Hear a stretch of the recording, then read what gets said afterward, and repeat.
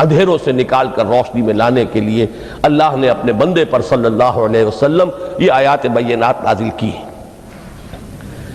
لیکن اب اس سے اگلا قدم ہے، اور اصل میں وہ ہے جو میری گفتگو کا موضوع ہے اس وقت۔ اس کے لیے یہ تمہید ضروری تھی کہ حکمت قرآن کا اور حکمت دین کا اولین، اہم ترین، سب سے اساسی، سب سے بنیادی مسئلہ ہے معرفت رب۔ اگر اس مرحلے کو انسان طے کر لے اللہ کے فضل و کرم سے، اس سے اللہ کی معرفت بھی حاصل ہو جائے اور اس پر ایمان بھی میسر آ جائے، تو اب اس کے سامنے تین مسئلے اور ہیں، ان کو اچھی طرح آئیڈینٹیفائی کیجئے۔ پہلا مسئلہ یہ ہے کہ اس کی فکر صحیح مزید پیش قدمی کرے، آگے بڑھے۔ یہ تو اس کا سٹارٹنگ پوائنٹ تھا، رب کو پہچان لینا۔ ابھی تو اس سے آگے بڑھ کر اس فکر صحیح کو، بڑی بلندیوں کو چھونا ہے۔ جیسے کہ کلمہ طیبہ کی تمثیل بیان کی گئی قرآن مجید میں، کَشَجَرَةٍ طَیِّبَةٍ أَصْلُهَا ثَابِتٌ وَفَرْعُهَا فِي السَّمَاءِ۔ تو فکر انسانی کے لیے وہ اصل ثابت، جمی ہوئی جڑ جو ہے وہ تو ہے معرفت رب۔ لیکن اب یہ فکر ترقی کرے گی، یہ نشو و نما پائے گی، یہ آگے بڑھے گی، اس کی شاخیں یہ آسمانوں سے بات کریں گی، آسمانوں کی بلندیوں کو چھوئیں گی۔ تو سب سے پہلا مسئلہ ہے فکر صحیح کی مزید پیش رفت، پیش قدمی۔ دوسرا مسئلہ انسان کا بہت بنیادی، عمل کی درستی، صحیح عمل۔ انسان اپنے نفس امارہ سے مغلوب ہو کر یا جذبات کی رو میں بہہ کر یا ماحول کے اثرات سے مرعوب ہو کر وہ کسی غلط رخ پر نہ پڑ جائے، تو اس کے عمل کو درست رکھنے کے لیے کوئی اسے سہارا درکار ہے۔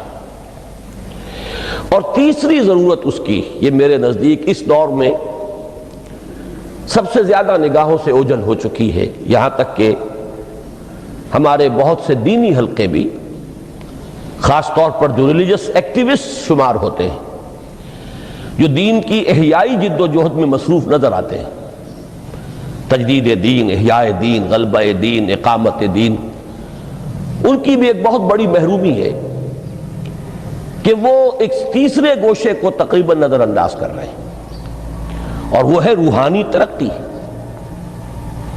اس لیے کہ انسان کی اصل عظمت کی بنیاد تو وہ روح ہے جو اس میں پھونکی گئی، وَنَفَخْتُ فِيهِ مِن رُوحِي، جس کا تعلق ذات باری تعالیٰ کے ساتھ ہے۔ کم سے کم یہ تو ہر شخص مانے گا، کوئی بڑے سے بڑا ریشنلسٹ اور روحانیت کا منکر شخص وہ بھی یہ تو ماننے پر مجبور ہے کہ اللہ تعالیٰ نے اس کی جو نسبت اپنی طرف فرمائی ہے، روحی، اس میں در حقیقت انسانی روح کی عظمت اور اس کی شرافت، اس کی بلندی اور اس کی بزرگی کی طرف اشارہ ہے۔ بہرحال اس کی ترقی، فکر صحیح کی ترقی۔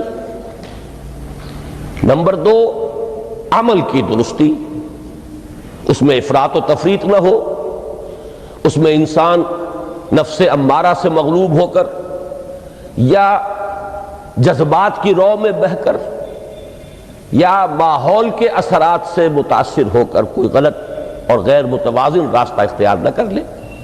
اور نمبر تین، روحانی ترقی۔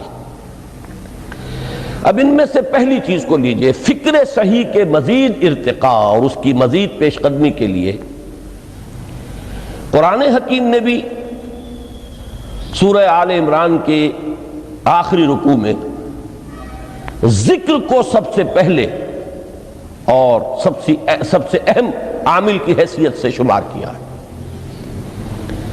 چنانچہ اس کی پہلی آیت جو ہے سورہ آل عمران کے آخری رکوع کی، اس میں تو وہی مضمون جو میں بیان کر چکا وہ آیا ہے، ان فی خلق السماوات والارض واختلاف اللیل والنہار لآیات لأولی الالباب۔ یقیناً آسمان اور زمین کی تخلیق میں اور دن اور رات کے الٹ پھیر میں نشانیاں ہیں ہوش مندوں کے لیے۔ ان کے ذریعے سے انسانی شعور کے اندر وہ معرفت رب اجاگر ہوگی. وہ پہلا مرحلہ اب اس نے طے کر لیا. وہ ڈورمنٹ معرفت اب ایکٹیویٹ ہو گئی. اب مزید فکر کا مرحلہ ہے جو اگلی آیت میں آیا ہے.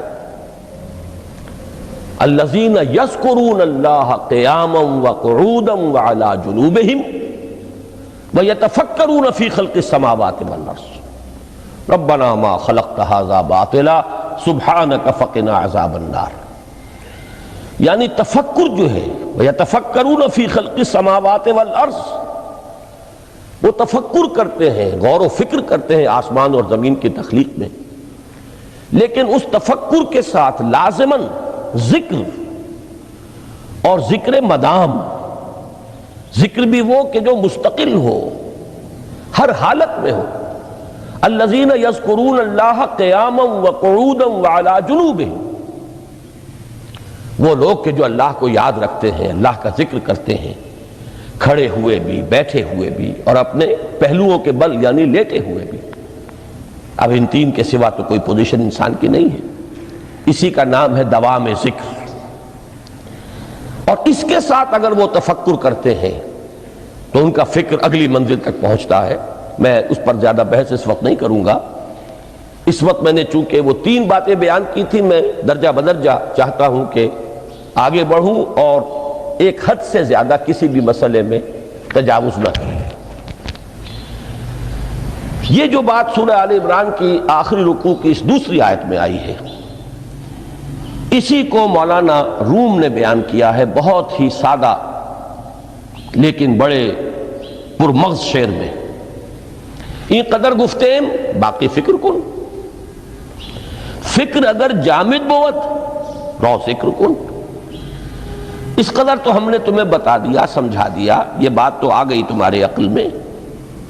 اب جاؤ خود غور کرو، مزید آگے پیش قدمی کرو.